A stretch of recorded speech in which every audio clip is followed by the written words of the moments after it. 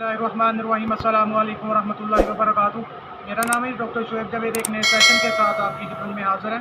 आज का जो हमारा सेशन है वो हम डायरिया के बारे में करेंगे। मोक भी कहते हैं, इसे पेचिस भी कहते हैं। आज जो हमारे फार्मर हैं उन्होंने अपनी ज़िंदगी में एक मरतबा नहीं कई मरतबा ये केस जिन लोगों ने जानवर रखे हुए हैं उन्होंने देखा होगा। आज हम इसके बारे में आपको मैं बताऊँगा, इसकी जो वजूहात हैं, जो डायरिया है कहते किसे हैं, और इसका जो इलाज है वो भी मैं आपको बताऊंगा, आपके साथ शेयर करूंगा। सबसे पहले जो डायरिया है वो कहते किसे हैं। जब जानवर का जो निज़ाम इंतज़ाम होता है वो सूझ जाता है।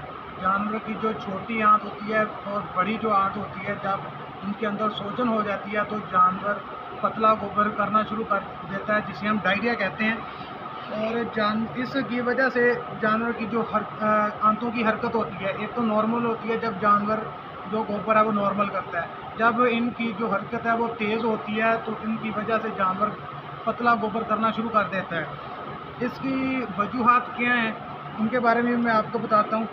जानवर जो है जब वो ओवर फीडिंग कर जाता है तो जानवर को डायरिया का मसला हो जाता है।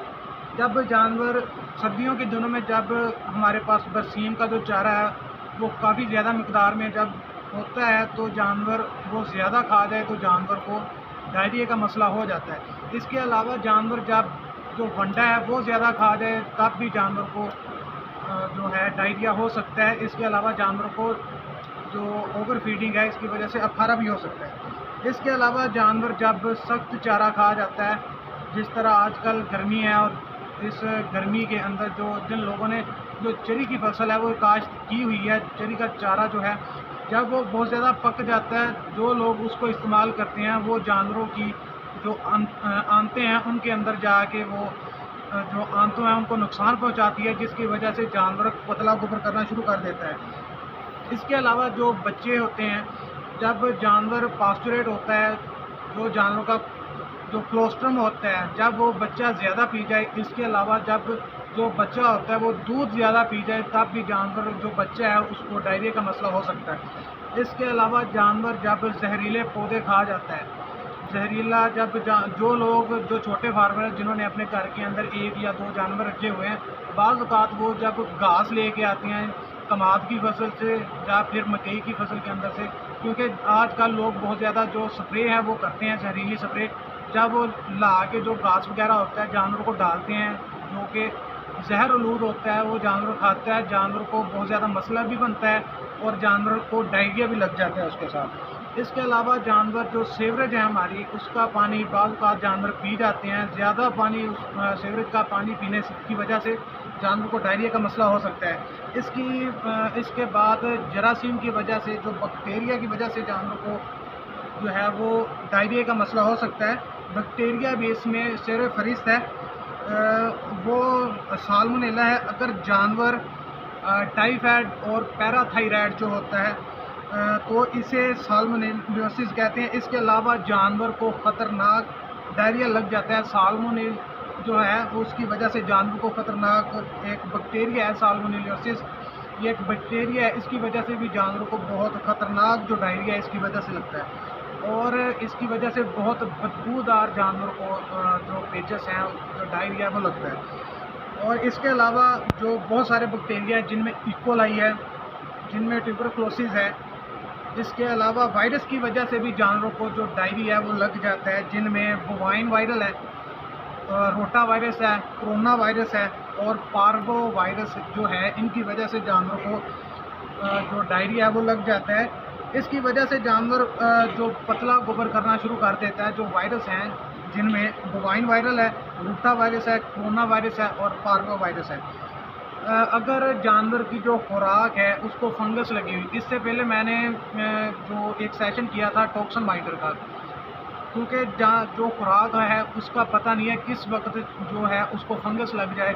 फंगस की वजह से जानवर को भी जो डायरिया वो लग जाता है। इसलिए वो जो टॉक्सिन बाइंडर का जो सेशन मैंने किया था उसका जो लिंक है वो मैं आपको डिस्क्रिप्शन में दे दूंगा, वो भी आप जाके वहाँ पे चेक कर सकते हैं। इसके अलावा जब जानवर को मैदा और आंतों का मसला हो जानवर को, उस वक्त भी जानवर डायरिया करना शुरू कर देता है। इसके अलावा प्रोटोजोआ और टॉक्सिडियोसिस और गार्डियोसिस, इसकी वजह से भी जानवर डायरिया करना शुरू कर देता है। इसके अलावा मैदा और आंतों के जो किरम होते हैं, इसके अलावा लिवर फ्लूक और स्टमक फ्लूक की वजह से भी जानवर जो है वो डायरिया की तरफ चला जाता है, जानवर को पेचिश का मसला बन जाता है। और इसके अलावा मिनरल्स की कमी की वजह से भी, जिनमें ख़ास तौर पे कॉपर और जिंक, अगर इनकी कमी हो जाए तो फिर भी जानवर डायरिया की तरफ चला जाता है, जानवर को मौत का मसला हो जाता है। इसके अलावा इसकी जो अलामात हैं वो क्या हैं, वो भी एक बात सुन लें। इसमें जब जानवर को पहली मरतबा शुरू में जब जानवर को डायरिया होता है, उसमें जानवर का जो टेम्परेचर है वो इंक्रीज़ कर जाता है। 1 से 2 दिन के बाद जानवर का टेम्परेचर जो है वो नॉर्मल हो जाता है। इसके अलावा पानी की कमी की वजह से जानवर को डायरिया हो सकता है। जानवर इसमें पतला गोबर करता है। गोबर, इसके अलावा गोबर में जो खुराक है जानवर की वो कम कर जाता है। जब जानवर को डायरिया लगता है, जानवर खुराक भी कम कर जाता है, जानवर के जो दूध की पैदावार है वो कम हो जाती है, और जानवर जो गोबर करता है उसके अंदर म्यूकस जो होती है वो भी करता है। इसके अलावा जानवर बहुत ज़्यादा सब्ज़ जो है गोबर वो करने शुरू कर जाता है। इसके अलावा जानवर के गोबर के अंदर खून भी आ जाता है। बाज़ औक़ात जानवर का जो गोबर है वो ब्लैक कलर का भी देखा गया है। और इसमें जानवर को बाज़ औक़ात जो अफारा है वो भी हो जाता है। अफारा इससे अलहदा है, मगर इसकी वजह से, डायरिया की वजह से भी जानवर को अफारा हो जाता है। अफारे के बारे में भी एक हम सेशन करेंगे इंशाल्लाह। मैदे में दर्द हो तो जानवर डायरिया कर सकता है। जानवर जब बहुत ज़्यादा ज़ोर लगाता है मूव करते वक्त, वो जानवर को जो है, जानवर की जो गोबर वाली जगह है वो बाहर आ जाती है, जिसे हम प्रोलैप्स का केस भी कह देते हैं। इसके अलावा जानवर की जो आँखें हैं वो अंदर की तरफ दंस जाती हैं। इसके अलावा जानवर की जो जिल्द है वो खुश्क हो जाती है। और इसमें जो आप इसका जो इलाज है वो भी सुन लें। सबसे पहले तो जानवर को ORS जो है वो साशे वो पिलाएं।